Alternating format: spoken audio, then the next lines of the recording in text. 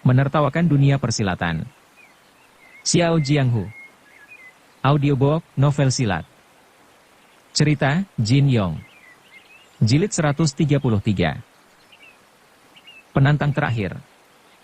Tiba-tiba terdengar seseorang berkata dengan nada dingin, "Nona Yu ternyata mahir ilmu pedang dari keempat perguruan, sungguh bukan hal yang mudah dan pantas untuk dipuji.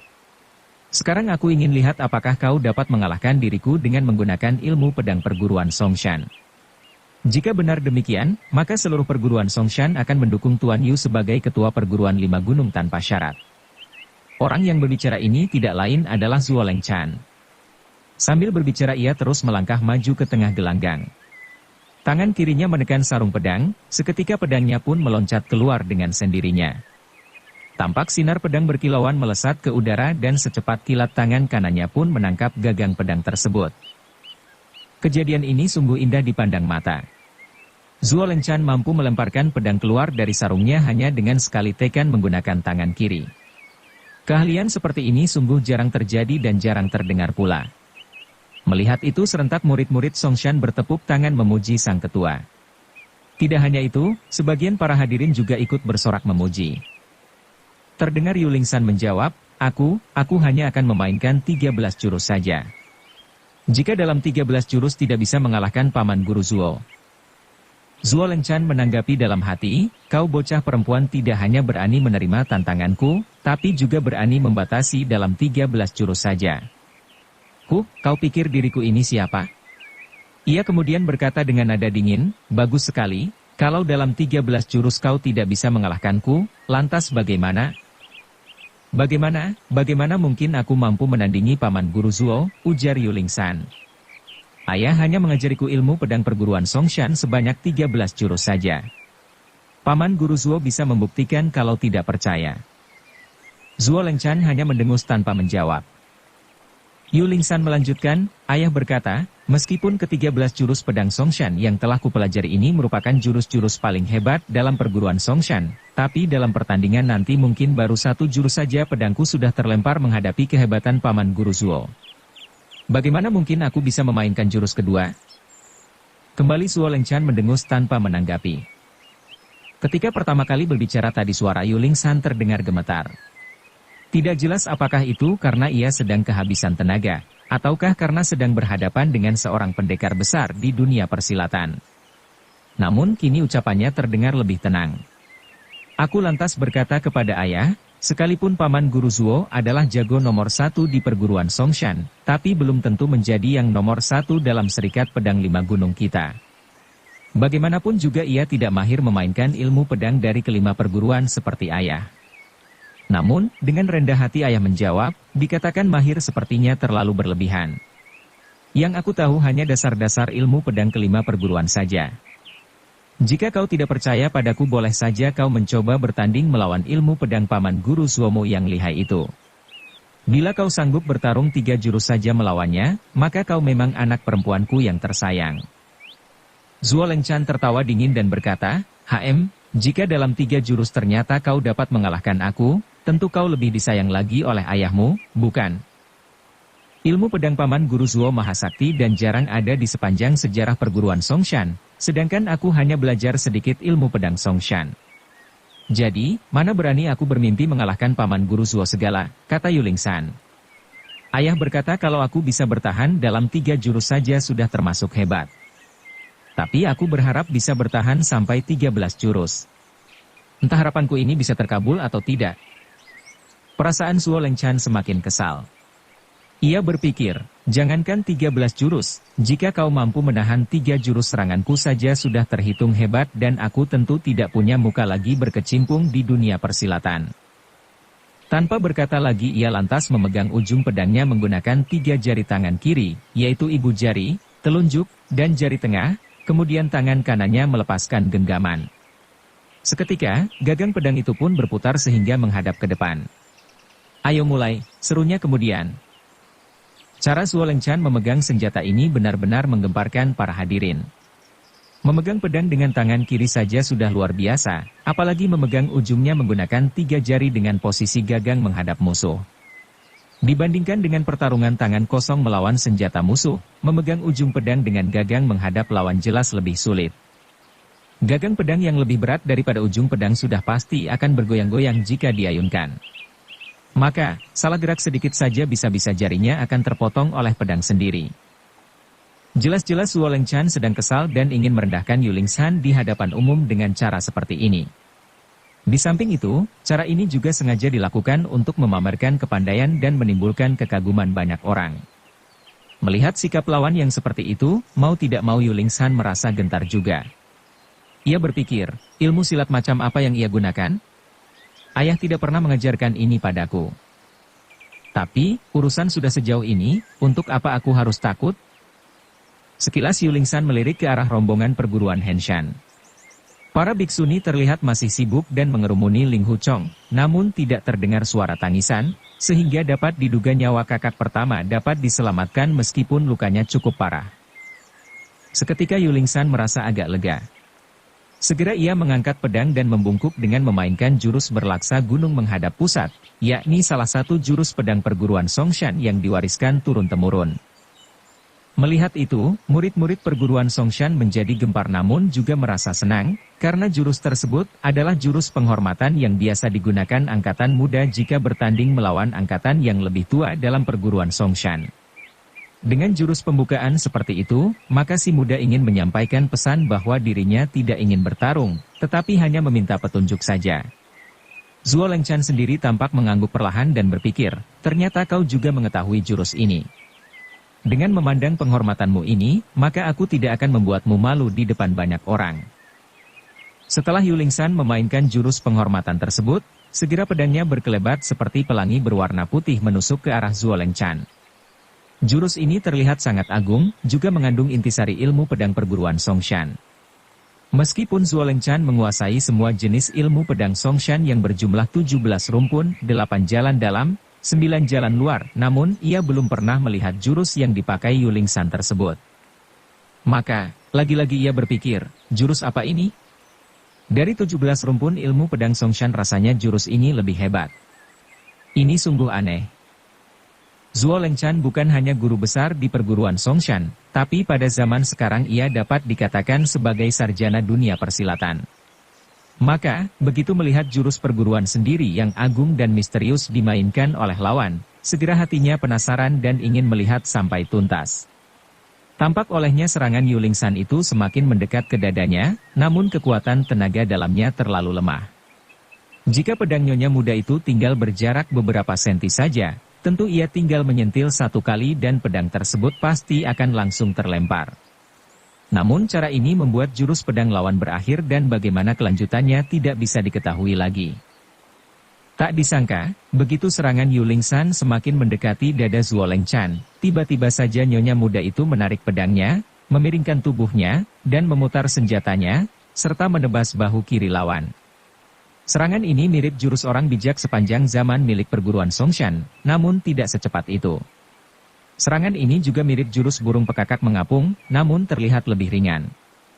Serangan ini juga mirip jurus sumur kumala telaga surga, namun juga tidak seindah itu. Pada intinya, jurus yang digunakan Yulingshan mengandung intisari ilmu pedang Songshan namun berbeda rincian gerakannya. Zuo Lengchan memiliki pandangan tajam dan juga telah mempelajari semua ilmu silat perguruan Songshan secara mendalam sejak masih kecil. Rincian gerakan setiap jurus bahkan sampai bagian yang paling rumit sekalipun tercatat dalam ingatannya. Kini begitu melihat jurus yang dimainkan Yulingshan begitu aneh dan lain daripada yang lain, seperti menggabungkan beberapa gerakan untuk menutupi setiap kelemahan, seketika membuat hatinya heran sekaligus gembira. Ia merasa saat ini seperti melihat harta karun jatuh dari langit. Dahulu ketika Serikat Pedang Lima Gunung bertempur melawan 10 gembong sekte iblis di Gunung Huashan, sejumlah pesilat tangguh tewas dalam peristiwa itu bersama ilmu pedang andalan mereka yang ikut punah tanpa sempat diwariskan. Pada masa kepemimpinannya, Zuo Lengchan sibuk mengumpulkan dan mencatat berbagai jenis jurus pedang dari para sesepuh yang tersisa demi menyelamatkan ilmu pedang perguruan Songshan. Tidak peduli jurus-jurus tersebut ganas atau tidak, ia tetap mengumpulkannya dan kemudian mengambil intisarinya. Selama beberapa puluh tahun belakangan, ia memperbaiki jurus-jurus yang sudah lemah menjadi lebih kuat, serta mengelompokkan ilmu pedang perguruan Songshan menjadi 17 rumpun. Meskipun ia sama sekali tidak menciptakan sebuah jurus baru, namun jasa-jasanya dalam mengembangkan ilmu silat perguruan Songshan sungguh luar biasa. Kini, melihat Yu Lingsan menggunakan jurus pedang Songshan yang ternyata tidak terdapat dalam catatannya dan sepertinya memiliki kehebatan lebih mendalam, tentu saja membuat hati Zuo Lengchan dipenuhi rasa gembira. Jika ilmu pedang ini dimainkan oleh Ren Wuxing atau Ling Huchong, atau mungkin Mahabiksu Fang Zheng dan Pendeta Chongsu, tentu ia akan memusatkan perhatian untuk menghadapinya dan mana mungkin memiliki kesempatan untuk mengamati semua gerakan lawan. Namun karena tenaga dalam Yu Lingsan tergolong rendah maka ia merasa tidak perlu khawatir. Pada detik-detik yang berbahaya, ia yakin dirinya masih sanggup menggetar jatuh pedang dari tangan lawan apabila diperlukan. Para penonton merasa heran menyaksikan cara bertanding mereka itu. Setiap saat Yu Lingsan selalu menarik kembali serangannya sebelum mencapai sasaran, tidak jelas apakah ia sengaja mengalah atau mungkin merasa gentar. Sebaliknya, Zuo Lengchan seolah tidak peduli terhadap serangan yang datang. Raut mukanya sebentar heran sebentar senang seperti orang linglung. Pertandingan seperti ini benar-benar jarang terjadi. Sementara itu, orang-orang perguruan Songshan juga tampak memperhatikan pertarungan ini dengan seksama, seolah mereka takut tertinggal satu atau dua gerakan jurus pedang Yu Lingsan. Jurus-jurus pedang perguruan Songshan yang dipelajari Yu Lingsan ini jelas berasal dari ukiran di dinding gua rahasia di puncak Huashan. Pada dinding tersebut terukir sekitar 60 atau 70 jurus pedang perguruan Songshan. Setelah Yu Bukun mengamatinya dengan seksama, ternyata ada sekitar 40 jurus yang sudah sering dipakai Zuo Lengchan, dan ada 13 jurus yang masih asing baginya. Jika ke-13 jurus ini dipelajari dan dimainkan, tentu akan sangat menggemparkan. Jurus-jurus yang terukir di dinding itu hanyalah benda mati, sehingga Yu Lingsan pun memainkannya secara terbatas pada gerakan-gerakannya saja. Di lain pihak, Zuo Lengchan yang sangat cerdas dapat merangkai gerakan-gerakan tersebut di dalam benaknya, dan membayangkan itu semua bisa digunakan dalam waktu yang bersamaan dan menyimpan daya tempur yang luar biasa besar. Yu Lingsan sendiri hanya memainkan 13 jurus dan setelah berakhir ia segera mengulangi jurus pertama kembali dari awal. Melihat ini pikiran Zuo Lengchan tergerak, apakah aku harus mengamati serangannya lagi, ataukah harus menjatuhkan pedangnya sekarang juga? Ia benar-benar berada dalam pilihan yang sulit. Dalam sekejap bermacam-macam pikiran terlintas dalam benaknya, ilmu pedang Songshan yang dimainkannya sangat aneh dan bagus. Mungkin setelah ini tiada kesempatan lagi untuk melihatnya. Untuk membunuh anak perempuan ini terlalu mudah, namun mendapatkan ilmu pedangnya, inilah yang sulit. Rasanya juga tidak mungkin aku meminta-minta kepada Yu Bukun untuk memperlihatkan ilmu pedang Songshan ini padaku. Sebaliknya, kalau kubiarkan dia mengulangi kembali permainannya hanya membuatku terlihat tidak becus melawan seorang anak perempuan. Akan kemana wajahku ini harus kutaruh? Mungkin sudah lebih dari 13 jurus yang berlalu. Begitu teringat pada 13 jurus, seketika ambisinya menjadi ketua perguruan 5 gunung mengalahkan pikiran-pikiran yang lain. Segera ia memutar pedangnya ke atas, dan terdengarlah suara benturan nyaring. Rupanya pedang Yu Lingsan telah tergetar patah menjadi beberapa bagian dan jatuh ke tanah. Yu Lingsan melompat mundur dan berseru nyaring, "Paman Guru Zuo, sudah berapa jurus pedang Songshan yang kumainkan tadi?" Zuo Lengchan diam sejenak sambil memejamkan mata, lalu menjawab, "Benar, sudah kau memainkan 13 jurus lebih." "Sungguh hebat." Yu Lingsan memberi hormat lalu berkata, "Terima kasih atas kemurahan hati Paman Guru Zuo sehingga keponakanmu ini bisa unjuk kebodohan memainkan 13 jurus pedang perguruan Songshan dengan lancar." Para hadirin menghela napas lega mengagumi kehebatan ilmu silat Zuo Lengchan yang mampu menghancurkan pedang di tangan lawan. Namun di awal tadi Yu Lingsan sudah sesumbar dirinya akan memainkan 13 jurus pedang Songshan. Para hadirin membayangkan jangankan memainkan 13 jurus menghadapi Zuo Lengchan, bahkan 3 jurus saja sudah pasti sangat susah. Tak disangka, Zuo Lengchan justru terlihat seperti orang linglung saat menghadapi ke-13 jurus tersebut, bahkan pihak lawan sampai mengulangi jurus pertama dari awal. Namun demikian, ada juga sebagian hadirin yang berpikiran liar mengira Zuo Lengchan suka main perempuan, sehingga saat menghadapi seorang nyonya muda yang cantik jelita, pikirannya menjadi linglung dan mengembara kemana-mana. Seorang tua berbadan kurus dari perguruan Songshan segera tampil ke muka. Ia tidak lain adalah Lubai si tapak bangau yang kemudian berseru, ilmu silat ketua Zuo yang tiada tanding telah kita saksikan bersama, bahkan beliau juga sangat bijaksana telah bermurah hati. Sebaliknya, putri keluarga Yu ini baru memahami sedikit ilmu pedang perguruan Songshan sudah berani unjuk gigi di hadapan ketua Zuo. Setelah dia kehabisan jurus, barulah ketua Zuo melumpuhkannya hanya dengan satu gebrakan saja. Ini sudah cukup membuktikan bahwa ilmu silat lebih mengutamakan kemahiran khusus. Kualitas lebih penting daripada kuantitas. Tidak peduli ilmu silat dari aliran manapun, asalkan kita mendalaminya dengan baik maka dapat berjaya dunia persilatan. Sudah tentu para penonton sepakat dengan ucapan orang tua kurus ini. Di antara mereka yang hadir, boleh dikata hanya sedikit orang yang mahir bermacam-macam ilmu silat. Rata-rata dari mereka hanyalah menguasai ilmu silat perguruan sendiri. Bahkan, dibilang benar-benar menguasai juga tidak sepenuhnya tepat. Lubai melanjutkan, rupanya Nona Yu ini sungguh pintar. Saat perguruan lain berlatih pedang, entah bagaimana ia berhasil mengintip dan mencuri lihat. Kemudian dia berani sesumbar di sini, bahwa ia telah mahir semua ilmu silat kelima perguruan. Padahal, ilmu pedang dari aliran masing-masing mempunyai intisari sendiri-sendiri. Kalau hanya paham sedikit kulit luarnya saja mana bisa dikatakan sudah mahir.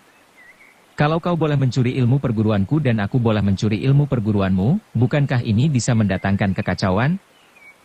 Kembali para penonton mengangguk setuju dan sama-sama berpikir bahwa Yu Bukun harus bertanggung jawab karena telah melanggar pantangan besar kaum persilatan, yaitu mengintip dan mencuri pelajaran ilmu silat golongan lain. Ucapan Lubai ini memang ada benarnya. Ling Huchong telah kalah di tangan Yu Lingshan karena ia sengaja mengalah, sedangkan Tuan Besar mau kalah karena sedang lengah. Sementara itu, Yu Yingzi dan Yu Qingzi kalah karena mereka terlalu meremehkan Yu Lingshan sehingga kurang persiapan menghadapi serangan yang begitu tiba-tiba. Selain itu, jurus pedang Taishan yang dimainkan Yu Lingshan juga jauh lebih hebat daripada yang dimainkan kedua pendeta tua itu. Meskipun jurus pedang Daizong yang dimainkannya tidaklah murni, namun hal ini tetap dianggap sebagai pencurian oleh para hadirin. Maka, ketika apa yang diucapkan Lubai sesuai dengan isi hati mereka, mereka pun segera ikut bersuara memberikan dukungan. Melihat sebagian besar hadirin setuju dengan ucapannya, Lubai merasa senang dan kembali berkata, maka dari itu, tentang jabatan ketua perguruan 5 gunung aku rasa tiada pilihan lain kecuali ketua Zuo yang pantas mendudukinya. Dari sini sudah terbukti bahwa mendalami satu jenis ilmu silat secara sempurna jelas lebih baik daripada mencuri bermacam-macam ilmu silat perguruan lain secara tidak sah. Kata-kata terakhir itu jelas menyindir Yu Bukun, sehingga ratusan murid Songshan lainnya serentak ikut bersorak membenarkan. Nah, apabila ada di antara para anggota perguruan 5 gunung yang merasa kepandaiannya melebihi ketua Zuo, silakan maju untuk mengukur kekuatan, kata Lubai melanjutkan. Meski ia mengulangi lagi tantangannya, tetap saja tiada terdengar jawaban. Sementara itu, 6 dewa lembah Persik yang pada awal tadi banyak mengoceh, saat itu hanya bisa terdiam karena Ren Yingying sedang sibuk merawat luka Ling Huchong bersama murid-murid Henshan, sehingga tidak ada yang menyampaikan pikiran kepada mereka. Oleh karena itu, mereka berenam hanya bisa saling pandang dan tidak tahu harus berkata apa untuk mendebat pihak Songshan. Kemudian terdengar Ding Mian si tapak penahan menara ikut bicara, kalau tidak ada seorang pun yang berani menantang ketua Zuo, maka dengan sendirinya kita menyetujui ketua Zuo sebagai ketua perguruan 5 gunung. Tapi, entah bagaimana pendapat beliau? Zuo Lenchan menjawab dengan gaya pura-pura menolak, masih banyak tokoh-tokoh perguruan 5 gunung yang lebih baik. Aku sendiri merasa tidak sanggup menerima tanggung jawab seberat ini. Adik seperguruannya yang nomor 6, yaitu Tang Ying-er menyahut, menjadi ketua perguruan 5 gunung memang tugas yang sangat berat dan penuh tanggung jawab. Namun bagaimanapun juga hanya ketua Zuo yang pantas memimpin kita semua menuju kejayaan aliran lurus bersih. Oleh karena itu, kami memohon sudilah kiranya ketua Zuo naik ke atas panggung untuk dilantik sebagai ketua perguruan 5 gunung. Maka bergemuruhlah suara genderang dan tambur disertai petasan yang riuh. Rupanya semua ini telah dipersiapkan sebelumnya oleh pihak perguruan Songshan. Menyusul kemudian terdengar teriakan orang-orang Songshan bersorak-sorai, silakan ketua Zuo naik panggung, silakan naik panggung. Tanpa bicara lagi Zuo Lenchan lantas melompat ke atas panggung Fengshan. Saat itu matahari sudah hampir tenggelam di balik gunung. Sinarnya yang kuning kemerah-merahan membuat jubah Zuo Lengchan yang berwarna kuning keemasan tampak berkilauan menambah besar wibawa ketua perguruan Songshan tersebut. Lalu dengan memberi hormat ia berkata kepada para hadirin di bawah panggung, "Karena desakan kawan-kawan sekalian, jika aku tidak menerima tanggung jawab ini tentu akan terlihat mementingkan diri sendiri dan menolak berjuang demi kejayaan aliran lurus bersih." Mendengar itu ratusan orang Songshan serentak bertepuk tangan dan memberi pujian. Namun tiba-tiba terdengar suara seorang perempuan berseru, "Paman Guru Zuo, kau memang telah mematahkan pedangku. Tapi apakah dengan demikian kau sudah pantas menjadi ketua perguruan 5 gunung?" Yang berbicara ini tidak lain adalah Yu Lingshan. Zuo Lengchan menjawab, "Bukankah semua orang di sini menyaksikan bahwa kita bertanding pedang untuk merebut kedudukan? Apabila Nona Yu yang berhasil mematahkan pedangku, dengan sendirinya kita pun setuju mengangkat Nona Yu sebagai ketua perguruan 5 gunung." Yu Lingshan menjawab, "Untuk mengalahkan Paman Guru Zuo sudah tentu aku tidak mampu. Tapi di antara jago-jago perguruan 5 gunung kurasa masih cukup banyak orang yang dapat mengalahkan Paman Guru Zuo." Padahal di antara tokoh-tokoh perguruan 5 gunung yang paling ditakuti Zuo Lengchan hanyalah Ling Huchong seorang. Sekarang Ling Huchong sudah terluka parah sehingga hati Zuo Lengchan merasa lega. Maka, ia pun menjawab, "Kalau menurut penilaian Nona Yu, apakah jago-jago yang mampu mengalahkan aku adalah ayahmu, ibumu, atau mungkin suamimu?" Seketika orang-orang Songshan tertawa bergemuruh bernada mengejek. Yu Lingshan menjawab tenang, "Suamiku hanya seorang angkatan muda, kepandaiannya masih setingkat di bawah Paman Guru Zuo. Kalau ilmu pedang ibuku tentu sama kuat jika bertanding dengan Paman Guru Zuo. Mengenai ayahku, ilmu pedang beliau sudah pasti lebih hebat daripada Paman Guru Zuo." Kembali terdengar suara riuh ramai menggelegar dari kelompok orang-orang Songshan. Ada yang bersuit mengejek, ada yang tertawa sambil menghentak-hentakkan kaki, namun ada pula yang berteriak-teriak marah. Zuo Lengchan lantas berpaling kepada Yu Bukun dan berkata, "Tuan Yu, putrimu telah memuji bahwa ilmu silatmu sangat tinggi." "Ah, anak perempuanku memang suka membual," sahut Yu Bukun. "Harap saudara Zuo jangan menganggapinya sungguh-sungguh. Ilmu silatku masih ketinggalan jauh jika dibandingkan dengan Mahabiksu Fang Sheng dari biara Shaolin, Pendeta Chongsu dari perguruan Wudang, atau Ketua Xie dari Partai Pengemis." Raut muka Zuo Lengchan seketika berubah mendengar Yu Bukun tidak menyebut dirinya dalam daftar para tokoh yang dianggap sakti itu. Jelas Yu Bukun menganggap kepandaiannya memang lebih tinggi daripada dirinya. Ding Nian menyahut, "Lantas bagaimana kalau dibandingkan dengan Ketua Zuo? Aku sudah cukup lama bersahabat dengan saudara Zuo dan kami saling menghormati," jawab Yu Bukun. Selama ratusan tahun ilmu pedang perguruan Songshan dan Huashan memiliki ciri khas masing-masing dan belum pernah diketahui pihak mana yang lebih unggul. Maka pertanyaan saudara Ding sungguh membuatku sukar untuk menjawabnya. "Dari nada ucapan Tuan Yu agaknya kau merasa kepandaianmu memang lebih hebat daripada Ketua Zuo," desak Ding Nian. Yu Bukun menjawab, "Kongfusi berkata, seorang budiman tidak suka berkelahi, namun jika harus berkelahi maka ia pun berkelahi. Sejak zaman dulu antara kedua pihak selalu hidup berdampingan sehingga sulit untuk mengetahui siapa yang lebih unggul. Sebenarnya sudah lama aku ingin meminta petunjuk kepada saudara Zuo. Hari ini pun kita baru saja mendirikan perguruan 5 gunung. Siapa yang akan menjadi ketua juga belum ditentukan. Kalau aku harus bertanding melawan saudara Zuo rasanya tidak enak juga, karena orang lain tentu akan mengatakan diriku sengaja hendak berebut kedudukan dengan saudara Zuo." Zuo Lengchan menyahut, "Tapi kalau saudara Yu memang benar-benar dapat mengalahkan pedang di tanganku ini, maka jabatan ketua perguruan 5 gunung dengan sendirinya akan kuserahkan kepada saudara Yu." "Ah, jangan bicara demikian, sebab orang yang berilmu silat tinggi belum tentu martabatnya juga tinggi," ujar Yu Bukun. "Meskipun aku dapat mengalahkan saudara Zuo, belum tentu aku sanggup mengalahkan tokoh-tokoh perguruan 5 gunung yang lainnya." Nada ucapannya memang terdengar rendah hati, namun setiap kata-katanya ternyata sangat menyinggung, menganggap dirinya lebih hebat daripada Zuo Lengchan. Zuo Lengchan semakin gusar tak terlukiskan. Dengan dingin ia menjawab, "Saudara Yu bergelar si pedang budiman yang termasyur di seluruh jagat. Sampai di mana sifat budiman? Saudara Yu kurasa tidak perlu dijelaskan lagi. Namun bagaimana kehebatan pedang dalam gelarmu itu jarang diketahui banyak orang. Kurasa tiada jeleknya jika ilmu pedangmu diuji sekarang juga agar para hadirin bisa ikut menyaksikan." Serentak para hadirin berteriak ramai, "Benar, benar. Lekas bertarung saja di atas panggung." Dari tadi hanya bicara saja, kesatria macam apa ini? Segera bertarung saja, biar kita tahu siapa yang lebih unggul. Namun Yu Bukun tenang-tenang saja tidak menjawab. Sewaktu merencanakan peleburan Serikat Pedang Lima Gunung, Zuo Lengchan sudah memperkirakan sampai di mana kepandaian tokoh-tokoh saingannya. Ia yakin kepandaian dirinya cukup mampu untuk mengatasi keempat ketua perguruan yang lain. Apabila ada tokoh selain dirinya yang berilmu lebih tinggi, mana mungkin ia begitu giat mengusahakan terlaksananya peleburan ini? Bukankah itu artinya akan menguntungkan pihak lain, di mana ia berusaha mendorong peleburan namun ada orang yang begitu saja menduduki jabatan ketua? Mengenai kepandaian Yu Bukun yang paling diandalkan adalah ilmu tenaga dalam awan lembayung yang telah dipelajarinya sampai tingkat tinggi, dan hal ini juga sudah diketahui oleh Zuo Lengchan dengan baik.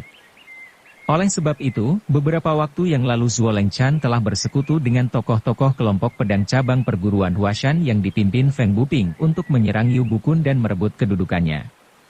Meskipun serangan itu gagal, namun dari sana Zuo Lengchan dapat mengetahui sampai di mana kehebatan ilmu silat Yu Bukun. Kemudian ketika di biara Shaolin, Zuo Lengchan dapat menyaksikan secara langsung pertarungan antara Yu Bukun melawan Ling Huchong. Meskipun ilmu pedang Yu Bukun sangat bagus, namun Zuo Lengchan merasa masih dapat mengatasinya. Apalagi ketika menendang Ling Huchong sampai pingsan, ternyata kaki Yu Bukun ikut tergetar sampai patah sendiri. Dari sini pun dapat diketahui ternyata tenaga dalam ketua perguruan Huashan itu hanya sekian saja, karena kalau orang yang memiliki tenaga dalam sempurna, sekalipun tidak dapat mencelakai lawan, tentu tidak pula mencelakai diri sendiri. Mengenai ilmu pedang Ling Huchong yang tiba-tiba maju pesat itu, Zuo Lengchan juga sempat merasa gentar. Maka, ia pun berusaha membatalkan pelantikan pemuda itu sebagai ketua perguruan Henshan namun justru usahanya yang mengalami kegagalan. Meskipun demikian, rencana yang sudah disusunnya bertahun-tahun tidak mungkin ia biarkan kandas begitu saja karena kemunculan si berandal ini. Lagi pula ia juga mengetahui kalau kepandaian Ling Huchong hanya sebatas ilmu pedang saja. Untuk mengatasinya, maka Zuo Lengchan harus mengajaknya bertarung tangan kosong. Dengan demikian, nyawa ketua perguruan Henshan itu dapat dibinasakannya. Akan tetapi, saat ini Ling Huchong bersedia terluka parah di tangan Yu Lingshan, sehingga Zuo Lengchan merasa sangat beruntung. Kini, begitu mendengar Yu Bukun dan putrinya telah berkata dengan sangat sombong, Zuo Lengchan pun berpikir, "Aku tidak tahu bagaimana kehebatanmu sekarang namun yang jelas kau telah mempelajari berbagai ilmu pedang perguruan lain yang sudah lama punah. Jika kau menggunakan jurus-jurus itu untuk bertarung denganku, mungkin aku akan terdesak oleh seranganmu. Akan tetapi, menyuruh putrimu maju lebih dulu adalah suatu kesalahan besar.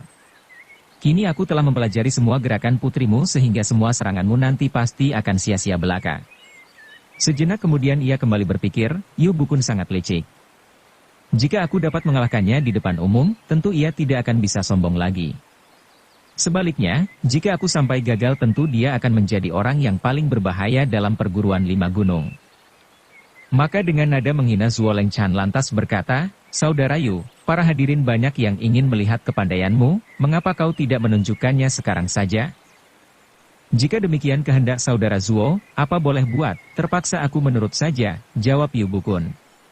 Selangkah demi selangkah ia pun naik ke atas panggung Fengshan melalui undak-undakan batu. Padahal kalau mau, dalam sekali lompat saja ia dapat naik ke sana dengan mudah seperti apa yang dilakukan Zuo Lengchan tadi. Membayangkan akan terjadi pertunjukan seru, serentak para hadirin pun bersorak gembira. Setibanya di atas panggung batu tersebut, Yu Bukun memberi hormat dan berkata, "Saudara Zuo, kita sekarang sudah berada di bawah perguruan yang sama, namun para hadirin memintaku melemaskan otot, terpaksa akan kulakukan sebisanya. Kita hanya saling belajar, tidak perlu saling melukai. Cukup bila sudah terkenal lalu kita menghentikannya, bagaimana pendapatmu?" "Sudah tentu aku akan berhati-hati dan berusaha semampuku agar tidak melukai saudara Yu," jawab Zuo Lengchan. Serentak orang-orang Songshan berteriak mengejek, belum dihajar sudah minta ampun. Lebih baik mengaku kalah saja, tidak perlu bertanding." "Benar, kalau takut mampus, lekas turun kembali saja. Senjata tak punya mata." Begitu pertarungan dimulai, siapa yang berani tanggung takkan terluka atau binasa. Namun Yu Bukun hanya tersenyum-senyum dan berkata lantang, senjata memang tidak bermata, memang sulit dijamin takkan terluka atau mati. Sampai di sini ia lantas berpaling ke arah rombongan Huashan dan berseru, dengarkanlah, para murid Huashan. Aku hanya saling belajar dengan kakak Zuo dan sama sekali di antara kami tidak ada permusuhan apa-apa. Bila nanti secara kebetulan aku terbunuh oleh kakak Zuo atau terluka parah, ini semua adalah salahku sendiri dan kalian tidak boleh menaruh dendam atau menuntut balas kepadanya. Yang penting semangat persatuan dalam perguruan 5 gunung kita harus tetap dipegang teguh. Yu Lingsan dan yang lainnya serentak mengiyakan. Perkataan ini sungguh di luar dugaan Zuo Lengchan. Saudara Yu ternyata sangat bijaksana dan mengutamakan kepentingan perguruan 5 gunung kita, sungguh sangat baik, katanya kemudian. Peleburan kelima perguruan kita adalah urusan yang maha penting dan butuh perjuangan berat untuk mewujudkannya, ujar Yu Bukun tersenyum. Kalau sekarang disebabkan persoalan kita berdua sehingga terjadi pertengkaran di antara sesama anggota perguruan 5 gunung, maka ini jelas mengingkari asas tujuan penggabungan kelima perguruan kita. Benar, sungguh tidak salah, kata Zuo Lengchan. Di dalam hati ia berpikir Yu Bukun sudah gentar kepadanya. Ia merasa untuk mengalahkannya harus dilakukan secepat mungkin demi menegakkan wibawa. Dalam sebuah pertarungan kekuatan tenaga dalam dan kecepatan gerak serangan memang sangat penting. Akan tetapi, kalah dan menang seringkali ditentukan oleh besarnya semangat. Zuo Lengchan gembira melihat Yu Bukun belum apa-apa sudah menunjukkan kelemahannya. Maka dengan penuh keyakinan, ia lantas melolos pedangnya. Rupanya ketua perguruan Songshan ini sengaja menggunakan tenaga dalam untuk mencabut keluar pedangnya, sehingga ketika batang pedang bergesekan dengan sarungnya langsung mengeluarkan suara nyaring melengking. Penonton yang tidak tahu sebab musababnya tercengang heran, sementara orang-orang Songshan kembali bersorak memberi pujian. Di sisi lain, Yu Bukun juga mengeluarkan pedangnya, namun dengan cara yang berbeda. Mula-mula ia melepaskan senjatanya yang tergantung di pinggang, lalu menaruhnya di sudut panggung. Dari situ barulah ia perlahan-lahan melolos pedang keluar dari sarungnya. Dilihat dari cara mencabut pedang masing-masing, para penonton sudah bisa menduga-duga pihak mana yang lebih kuat dan akan menjadi pemenang pertandingan ini. Sementara itu, Ling Huchong yang tertusuk pedang bahu kanannya kini terlihat masih sangat lemah. Ren Yingying tidak peduli lagi dengan penyamarannya saat menyaksikan sang kekasih terluka dalam pertandingan tadi. Segera ia maju ke tengah gelanggang, mencabut pedang Yu Lingsan, lalu memapah Ling Huchong berjalan ke pinggir. Murid-murid Henshan serentak mengerumuni sang ketua.